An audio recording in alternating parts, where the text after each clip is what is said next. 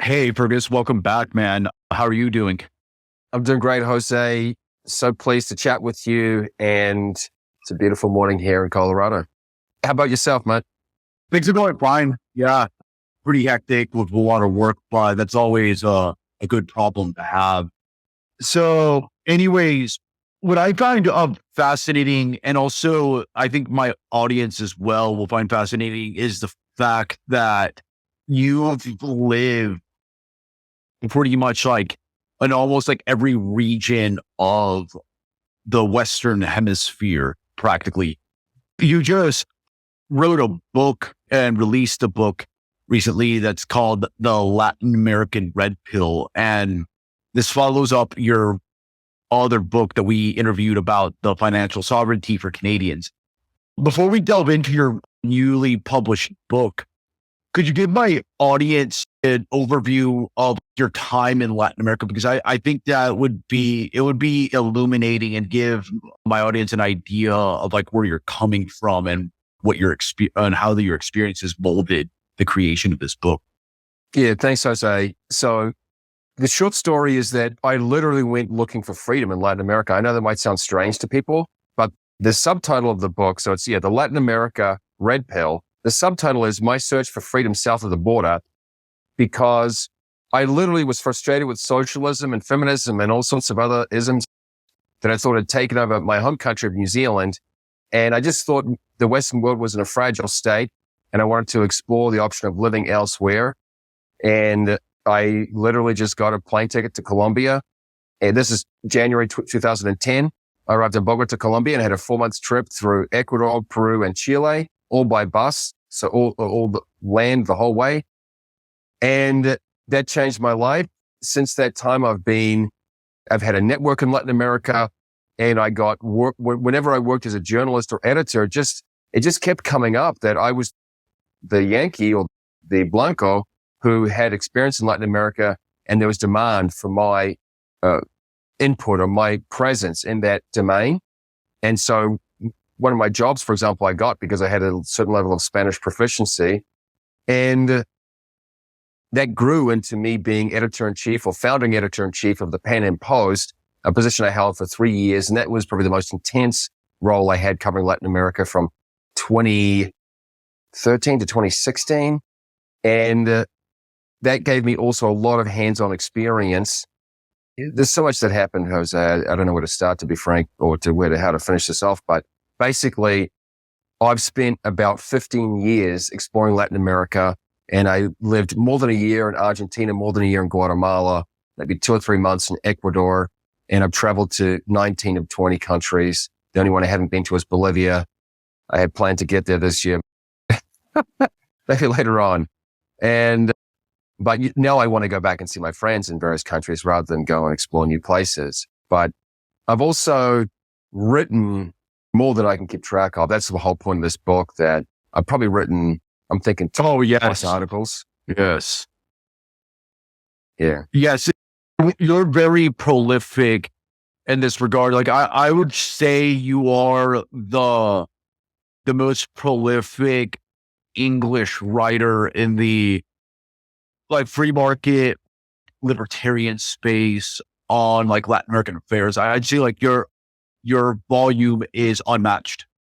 Thank you, mate. Just to note, though, that most of my work in the last decade has actually been as an editor, which has really helped me because I've just been reading every day all these different sources on the topic. So I've really had to learn on the go.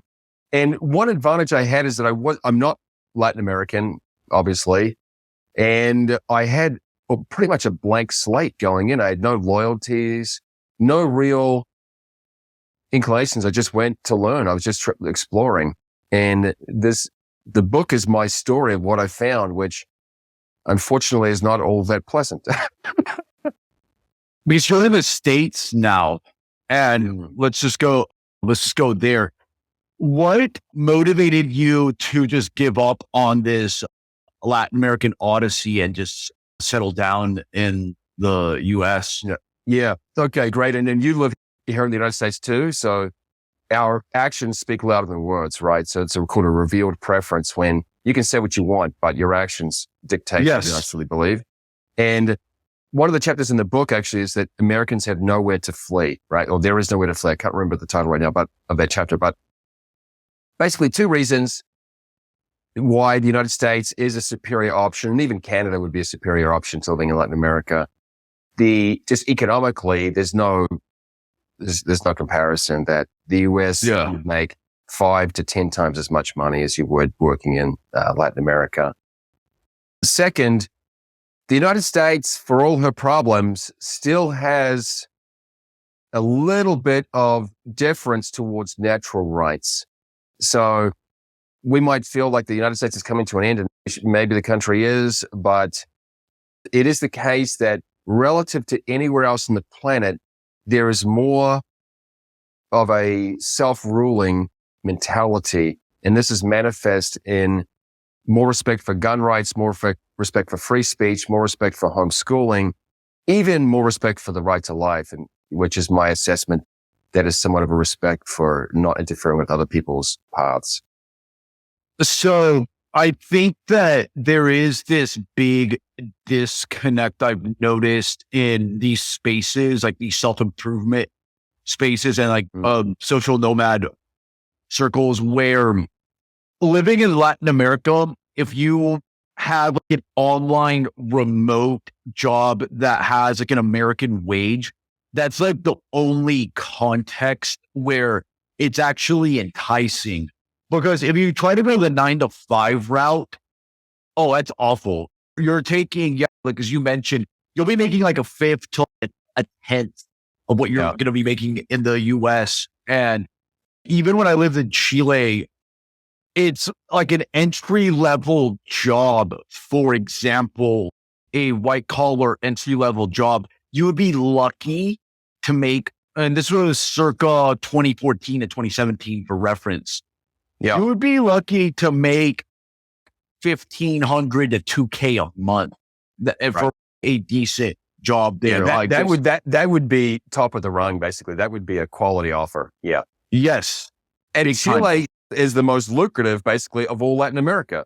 Or maybe Panama would compete, but it's right up there at the top. Yeah. Yeah. It's up there with the likes of Panama and Uruguay in terms of like quality of living and all of that. But yeah, unless like you're in like the mining sector in Chile, and I know some people there that have told me like anecdotally that in the mining sector, the wages are comparable to maybe a second world nation, say for example, like Poland. If you're outside of that, you're up a creek without a paddle, and you're gonna have to take a reduced standard of living. But yeah, in the US, in terms of 9 to 5 work, it's pretty much unmatched. Like the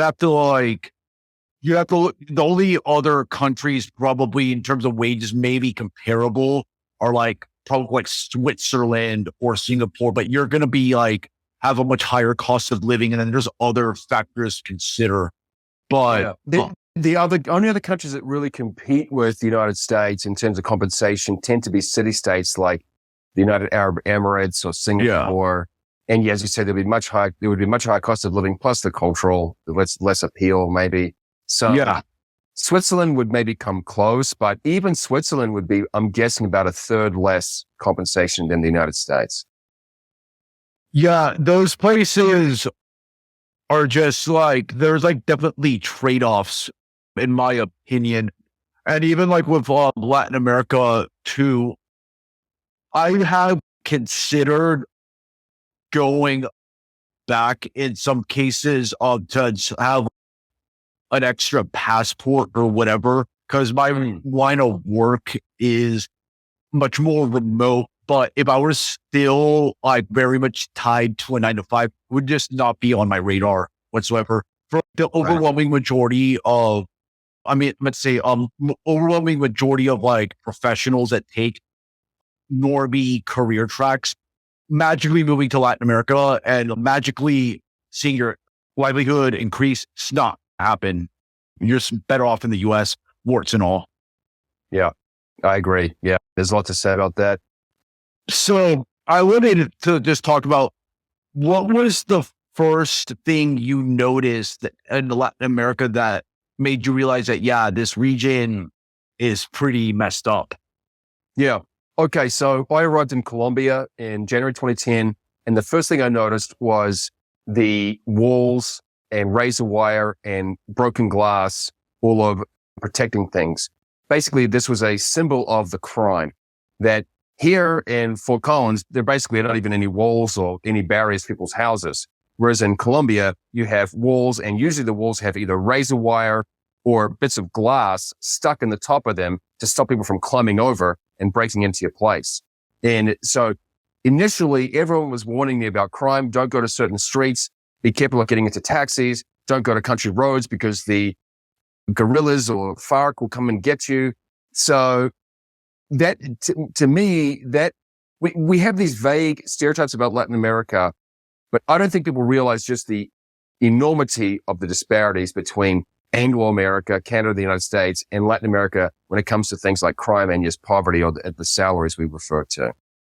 The big disparities, and the biggest disparity, in my opinion, is obviously like the wages. That comes pretty much not as a shock, but also as well, even in Chile, just like customer service and basic things like working functionally on a day-to-day basis. Though honestly, I've noticed in post-COVID US that crime in certain parts of the US and even customer service too has fallen off a cliff to where there are parts of the US that are actually like Latin Americanizing in many respects. Unfortunately. Absolutely. Yeah, absolutely. Yeah. But I will say this, the big thing I noticed even in Chile, because it's actually really safe, was the level of customer service was abysmal there. Oh, it was bad. You appreciated being in a customer is like always right type of culture in the US. But when you like went down like Chile or a lot of other countries in Latin America, it's man, like customer preferences are just not like even taken into consideration.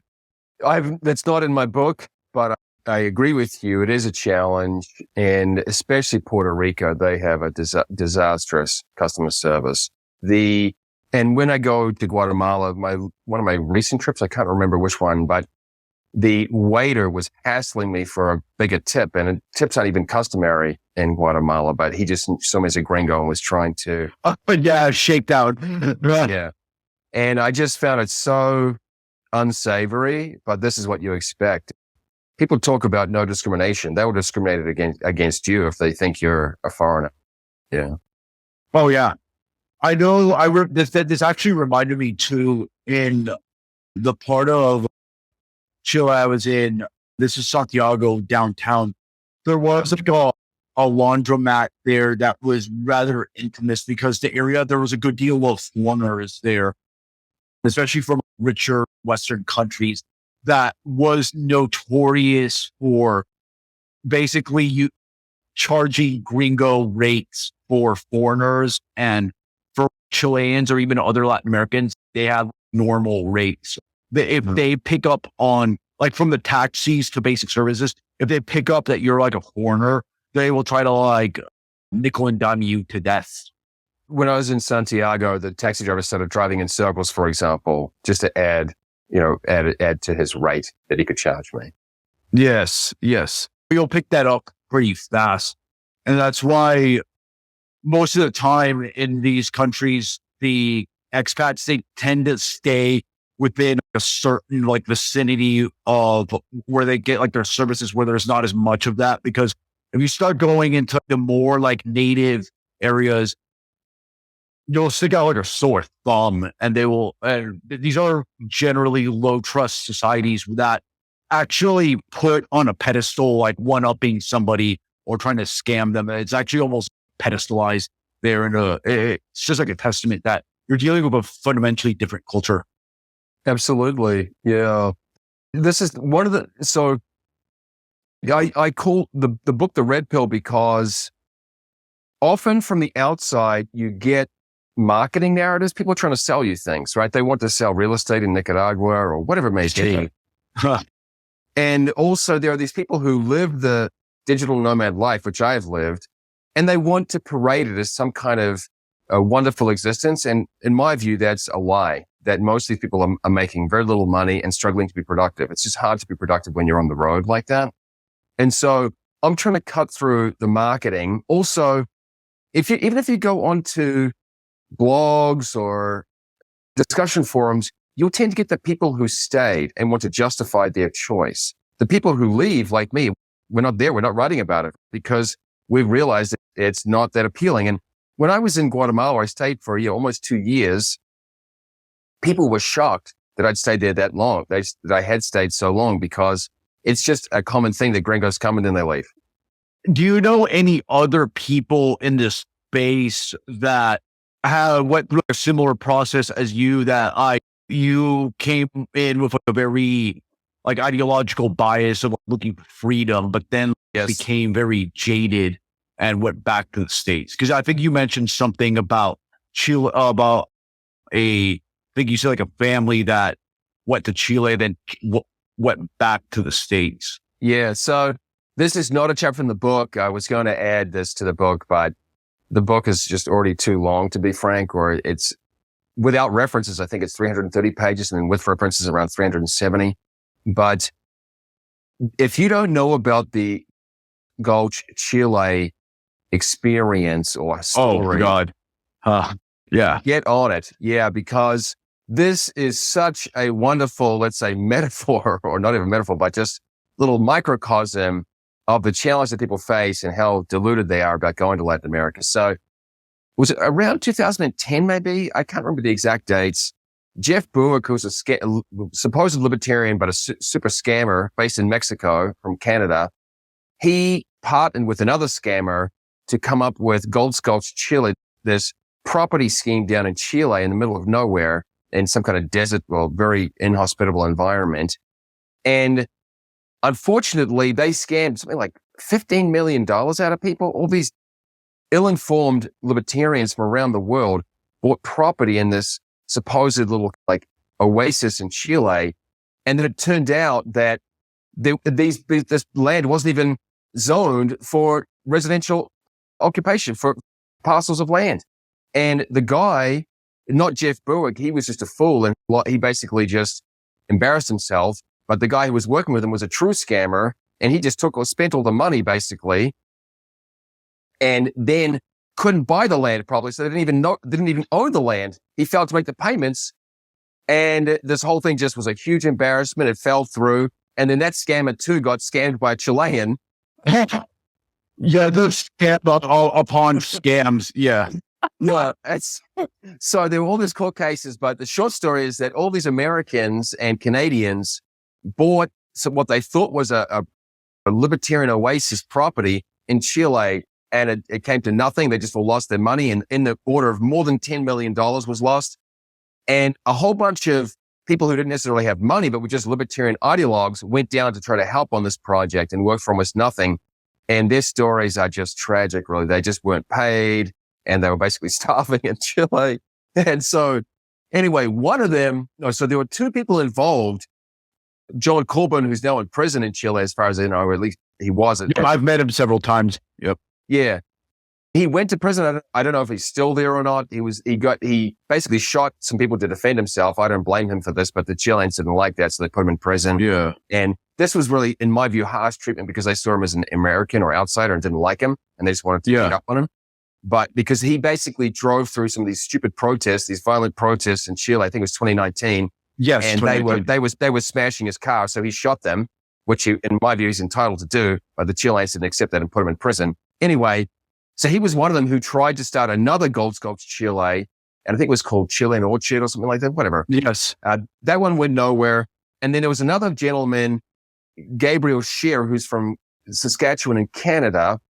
And he went south in Chile looking for a better location. And his was the best option. It actually did have some legs. He found a property near Valdivia in Patagonia, and just this gorgeous property. Man, I went there and visited him in 2017, maybe 2016.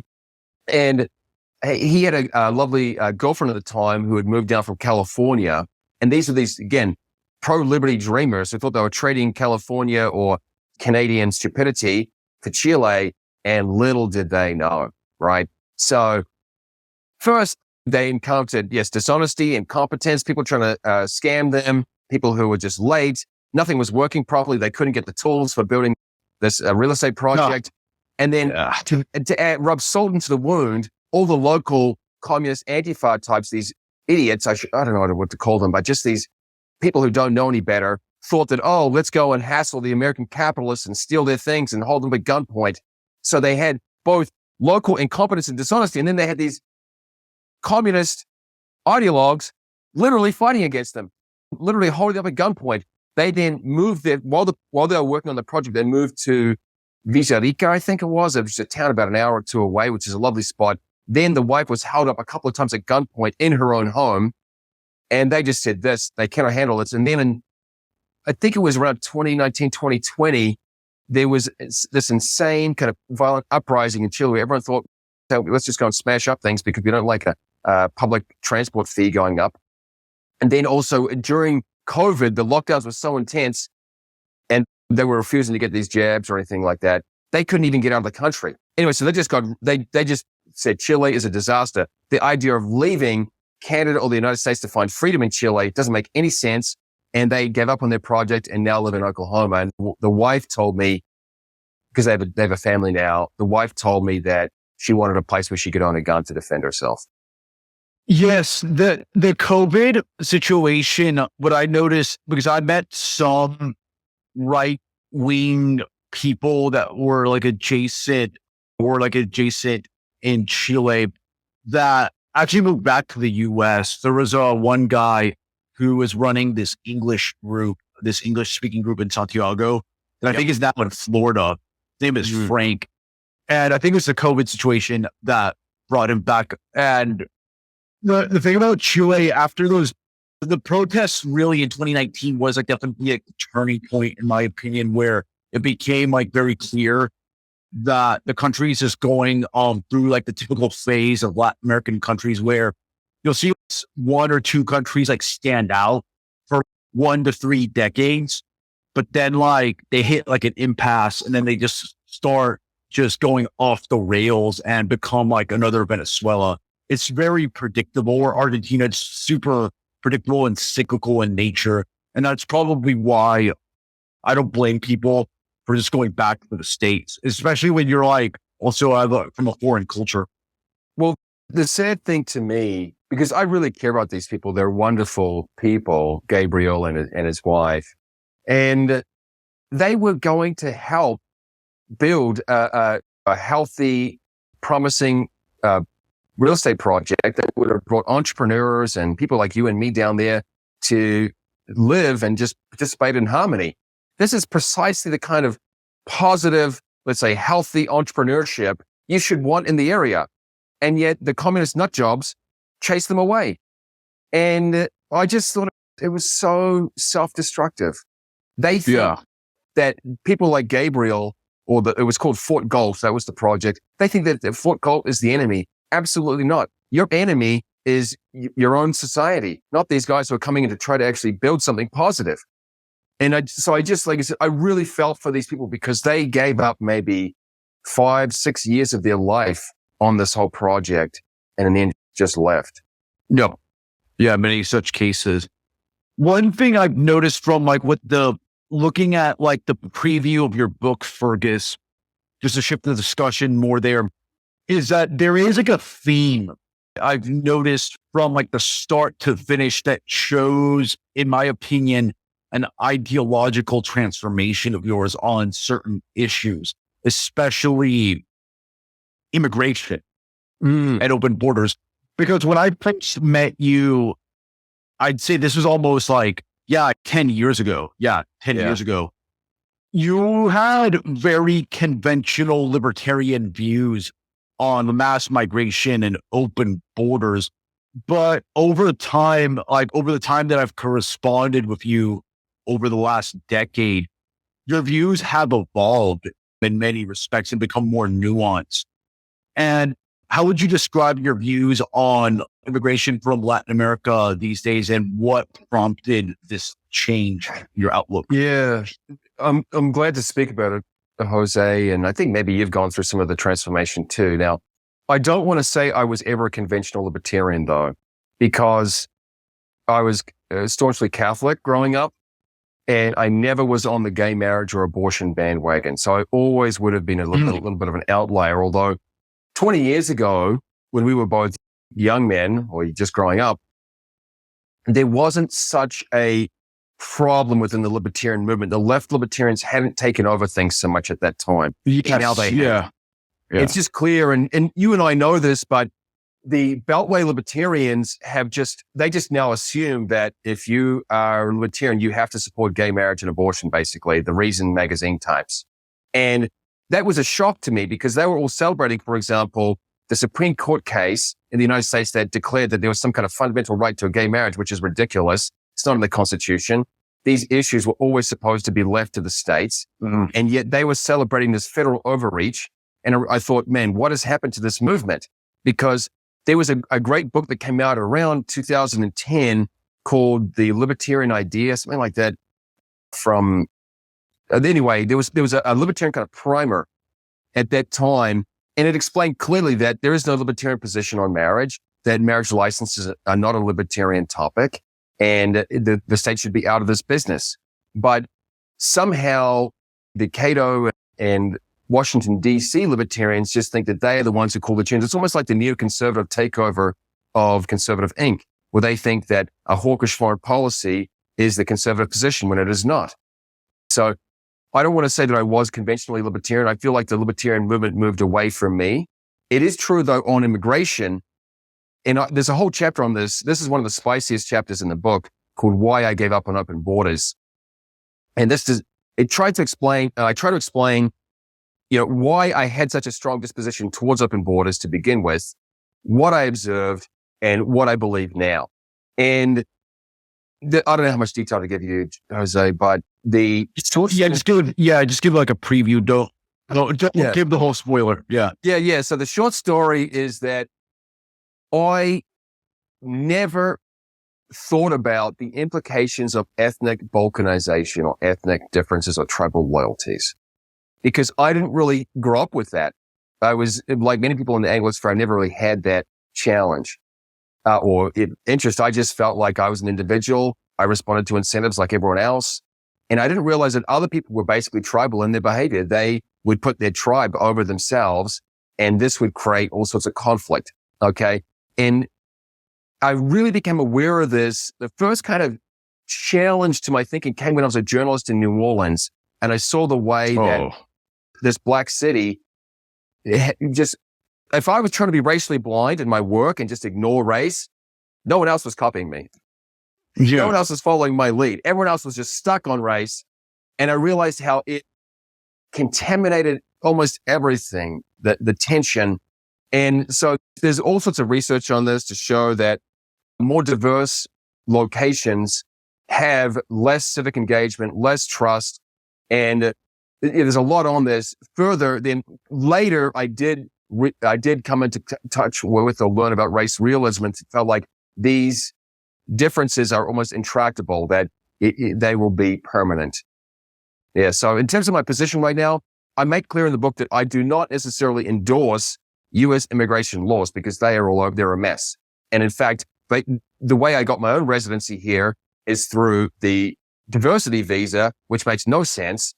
I'm not saying that I endorse U.S. immigration laws. And the big problem is that people don't seem to know this, or realize this, that most countries in the world are ethnostates. That's just a fact of life, that they derive their history from a shared genetic lineage or from a shared religious focus.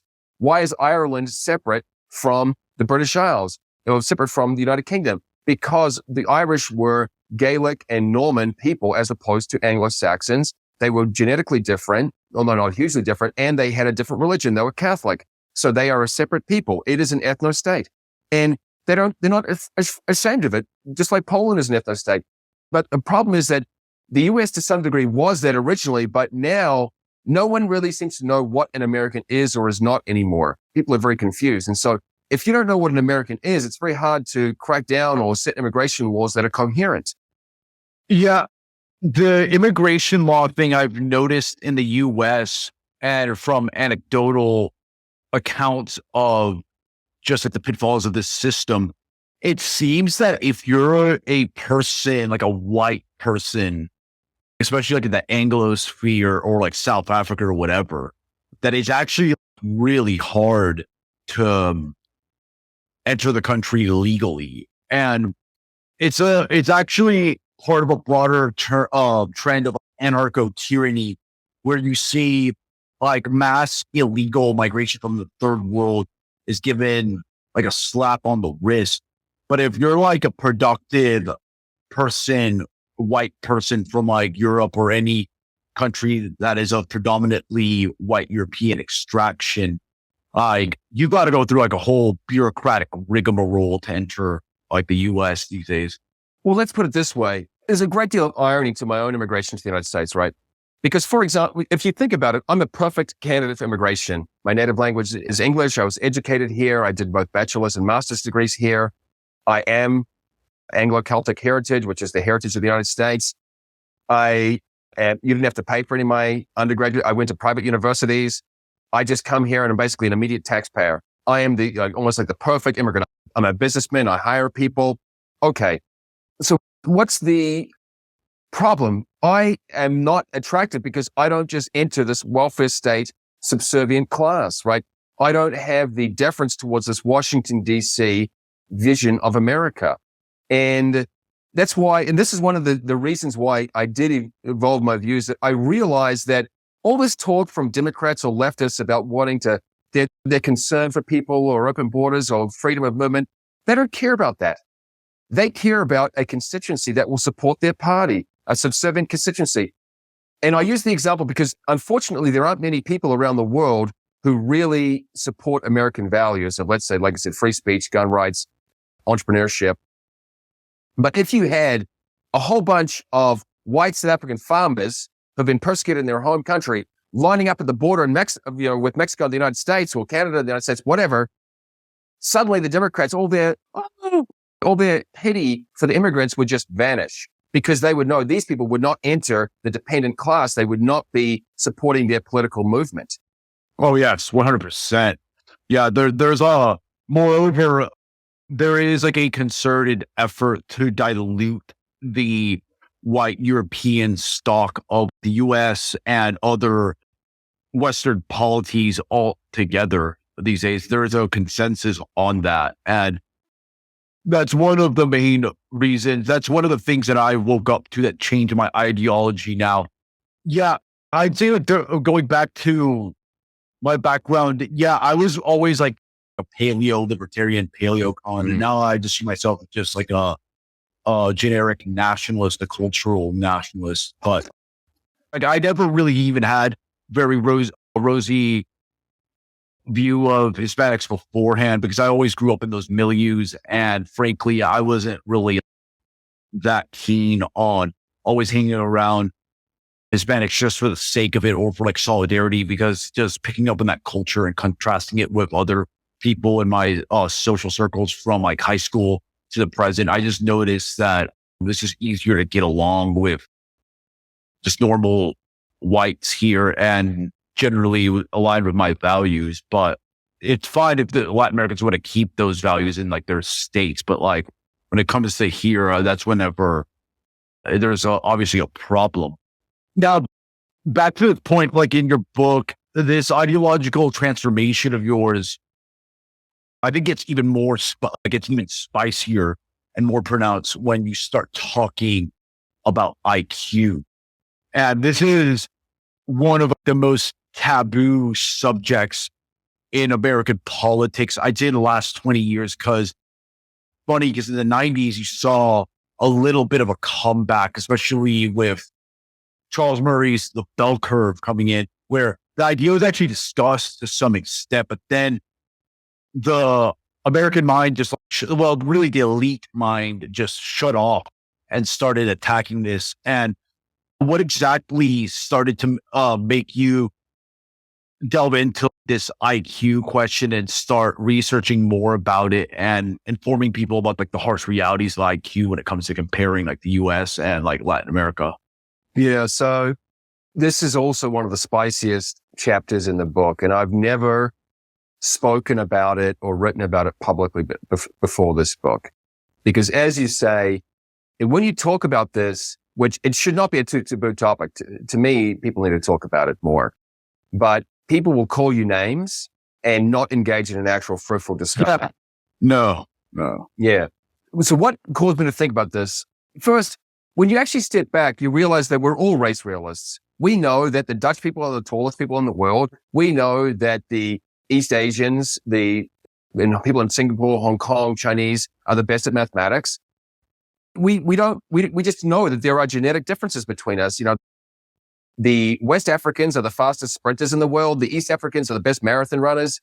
It's not a big deal. We all accept some genetic element to our ways of being. And anyway, so obviously after spending many years in Latin America, and especially when I was living in Argentina, the question that was always on people's lips or that was just often discussed is, why is Latin America so poor and dysfunctional? What is going on? And when I first went, like I said, I had a relatively blank slate. I did think that there was corruption. That was one stereotype I did have. But maybe this poverty is just a kind of a hangover from the colonialism. Yeah. Maybe the Spanish had just infected this area with their bad ideas. But what you realize is that actually the Spanish hardly even control Latin America. The fact is most of them have already gone home or been bred out now. So they really don't have that much influence anymore. Latin America, yes, does have a Spanish stamp of history, but that it's more just history. It's not really the current thing or the current present day. Anyway, so it didn't satisfy me. Also, when I went to Venezuela and I saw that basically a third of people were supporting the dictatorship, I thought, gosh, the people are the problem. So what I realized too is that you could basically drop a bomb on the legislature or National Assembly of Venezuela. Now I think they have two. I lose track. They've basically built their own People's Assembly. You could drop a bomb on the legislature or both legislatures if they've got bicameral now. And then you could drop a bomb on the central bank or whatever. And I realized that just rebuild the problems all over again. They would build it. I agree with that. That's why I've never been like a neoconservative or like a regime change type, because the problems of Latin America are really deep that no real policy tinkering that's on the menu in DC can solve. Because in my opinion, and I'm unapologetic about this, there has to be like very much closed borders with the US and Latin America. There has to be like arm's length, and then a more realist foreign policy where you obviously have like a Monroe doctrine to keep external actors from exploiting the chaos there. But I don't really buy the typical neoliberal, neoconservative consensus where if you just open up your borders to Latin America, will somehow civilize the region and create like a new elite that will come back and make those countries prosperous. Really what's going to happen is the US is going to become more like Latin America.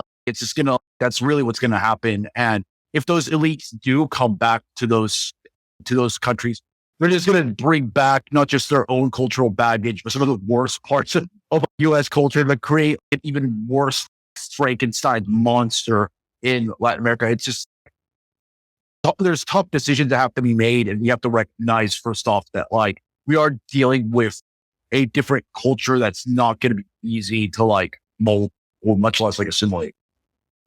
And there's so much to say about this, Jose. We could speak all day because you and I, we're passionate about these topics. But if Venezuela, for example, and I lose track now because I'm not following the day-to-day candidates so closely, but one of the main political prisoners and rivals to the Chavista regime was Leopoldo Lopez. Anyway, his party, Voluntad Popular or Popular Will, they have been, and I think they probably still are, an active member of Socialist International. So the chief opposition rival to the Chavista dictatorship is a member of Socialist International. Where are you going to go? And Enrique Capriles, who was also one of the opposition leaders, he openly says we've got to continue a socialist project. What can we do with you people? I'm going, did you not learn anything from the last 25 years? Yeah. So that's when I just said, look, like I said, I became a bit more Trumpish there. I thought, these people don't get it. And the new arrivals vote Democrat. I saw so many people who, because there was one instance, when I was there, and this is one of the chapters in the book, I wrote this satirical article mocking Chavismo. I said 10 reasons, or I think it was 10 reasons why I'm a Chavista. And I made all these sarcastic comments about Chavismo. And people were it went viral across Venezuela. And people were commenting and people would follow me on Twitter. But then they had this very, like almost elitist view that it was just almost like in their veins that they had to look up to their rulers and follow their lead. So they were so attracted to the New York Times and the Harvard University way of thinking, because that's what they saw as the elite. And I thought, don't you get it? The whole reason that the United States is free is that it has a population that resists this quote unquote elite. Yeah. One thing I've noticed among Venezuelan influencers in the US that are like politically aware, they go out of their way to emulate the political elites of both sides of the political aisle here, especially the liberal elites. Like you have a girl like Joanna Hausman, who's like the daughter of Ricardo Hausman, who Ricardo Hausman is basically like a technocratic liberal type. And she's obviously like, they're both anti-regime, Venezuelan regime, but like they have like the really naive view that we just topple Venezuela's regime, that it's just going to go to a first world like standard of living within 10 years. When the reality is, I told a lot of Venezuelans that if you somehow magically were able to get the US to intervene and blow up like the entire National Assembly and take out that whole regime, you're probably going to get some really like third world style, like civil war, and then, or some type of chaos. And then you're going to get like the same leaders again. Actually, the best example of this is with Nicaragua. Yeah. People forget this. Daniel Ortega was effectively like pushed out of power in the 80s and whatnot. And then he comes back to power like a few decades later. He found a democratic way to get back into power, and now he just won late. Yeah. It brings like some uncomfortable questions here, that there is something about the political cultures of these countries, that it's just very different, and like the overall ethnic stock and the just demeanor that most people in the US will not want to debate, because they're just going to get called racist, bigot, and stupid. Yeah, that's the problem. But there has to be a healthy discussion. And the truth is that there's less. This is one good thing about Latin America. There's less political correctness.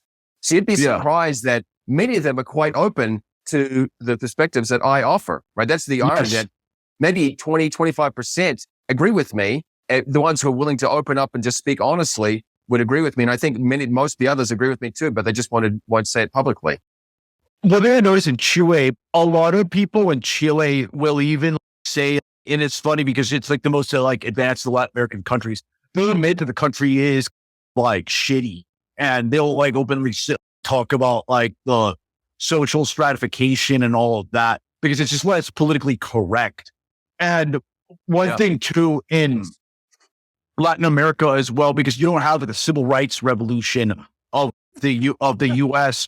Most people, they live in these gated compounds that have the private security and are able to do so without problems, because if you tried a lot of that in the US, you get crazy amounts of civil rights lawsuits. And if you use in some certain contexts, you use private security or like self-defense against like a non-white criminal assailant, like you might get like some activist lawyer or DA actually charge you with like a crime or something like that, or at least sue you into oblivion. Whereas in these countries, Latin America, the lack of a civil rights revolution type of regime does allow for these people to at least be able to push back if they have the resources, and at least also discuss these issues. Because political correctness is really not that present in Latin America. And there's like obviously trade-offs, because you don't have as like much of a Western style, all encompassing regime,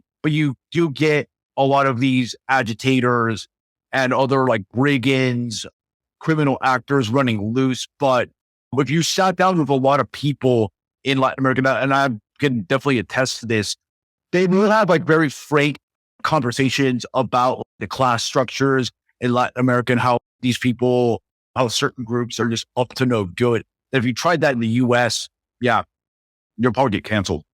Exactly. That's the problem, that prior to Trump's first tenure, there was much more open debate or dialogue on places like YouTube, which is basically just banned anyone saying politically incorrect things.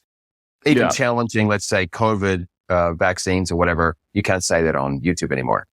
Just to wrap up, one final point, because this is one thing, transition I've made, because I tend to cover more geopolitical stuff along with immigration, mass migration content these days.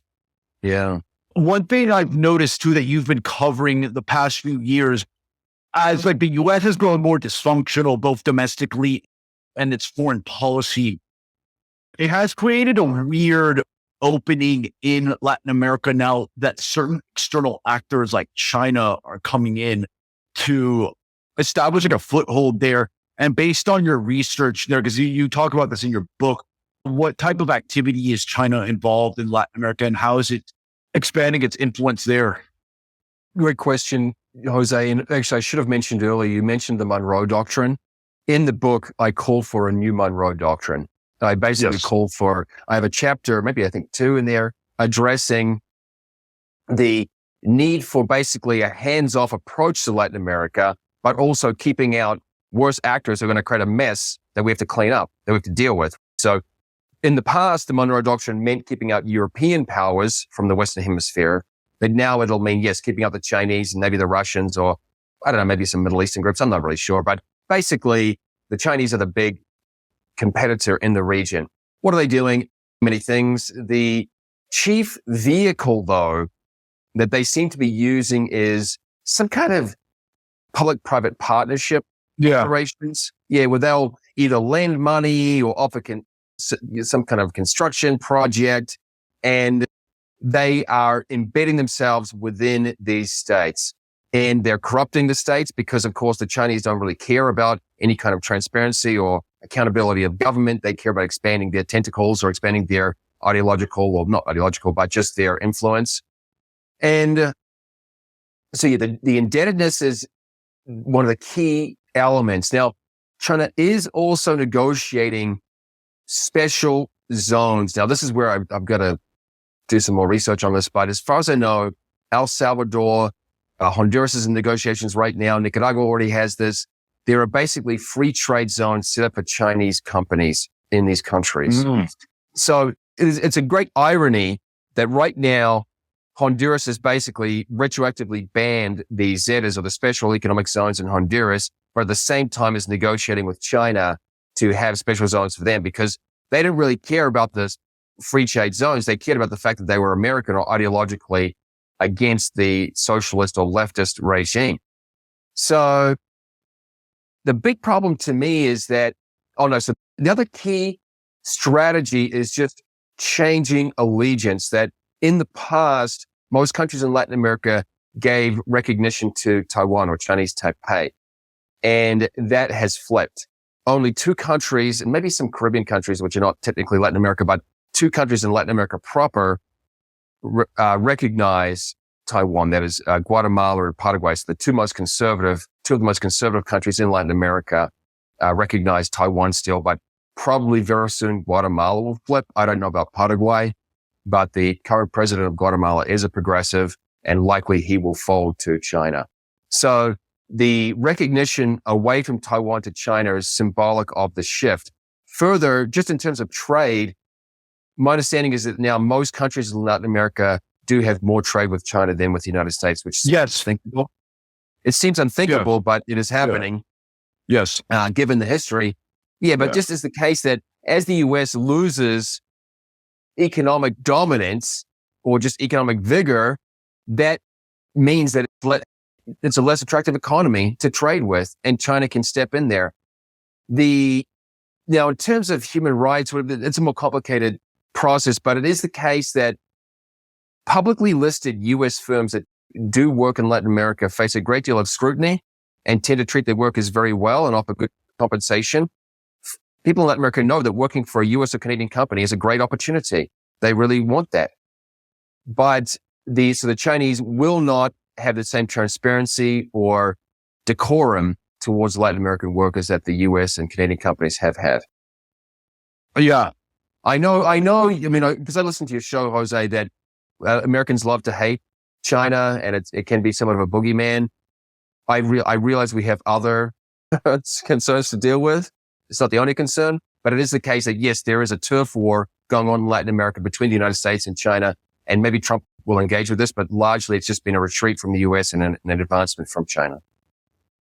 Yeah, actually, this is emblematic of largely Western decline because going back to my experience in Chile, 2014 was the first time I came across Huawei products, which, the Huawei phones, which were really weird at the time and were very non-functional.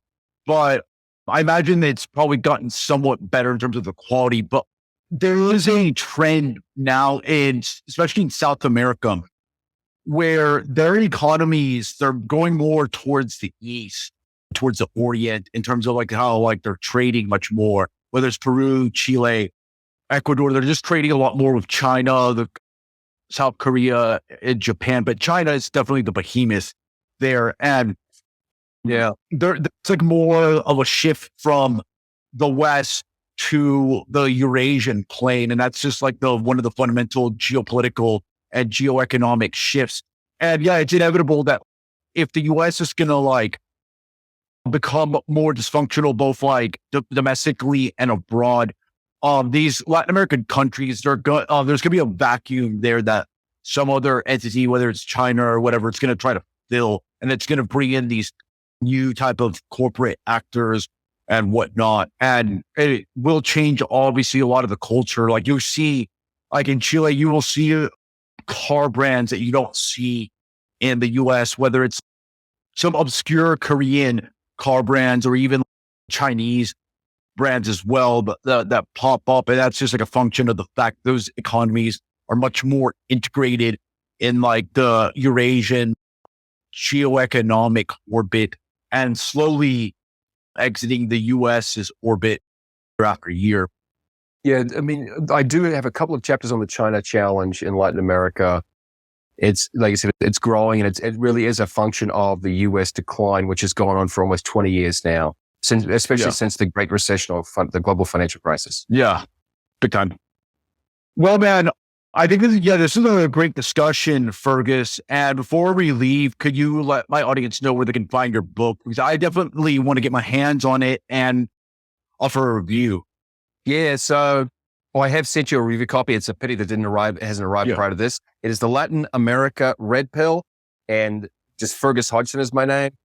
And yes, it's on Amazon. That's the place to buy it. If you want to get a signed copy, of course, you can reach out to me and pay me by Venmo or something like that, and I can send you a copy. Just go to econamericas.com and contact me, or you can reach me through X or Twitter, Ferg Hodgson. But yeah, Amazon is the place to get it super quick. It's available right now. Just came out this week, or the digital version. The planned date was Tuesday, which was 2 days ago.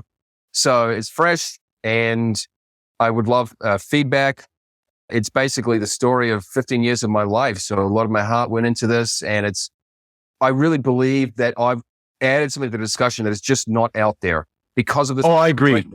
Because of these taboos, that many of the chapters in here, you just won't get such a frank discussion, which is tragic, really, that I have to stick my neck out to get with what I see is just the simple truth about the situation.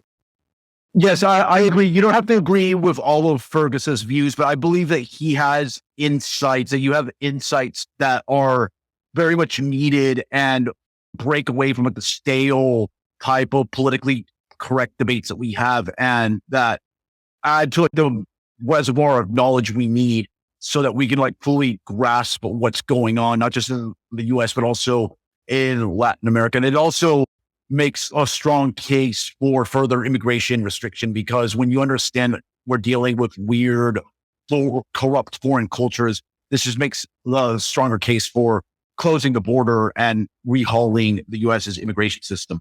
Yeah, thank you, Jose. I actually do quote you and recommend one of your articles as part of the additional resources of the book. Awesome. Thank you so much, man. And thank you for coming on to the show, Fergus, and to my audience. As always, I appreciate your generous attention. And with that, El Nino has spoken.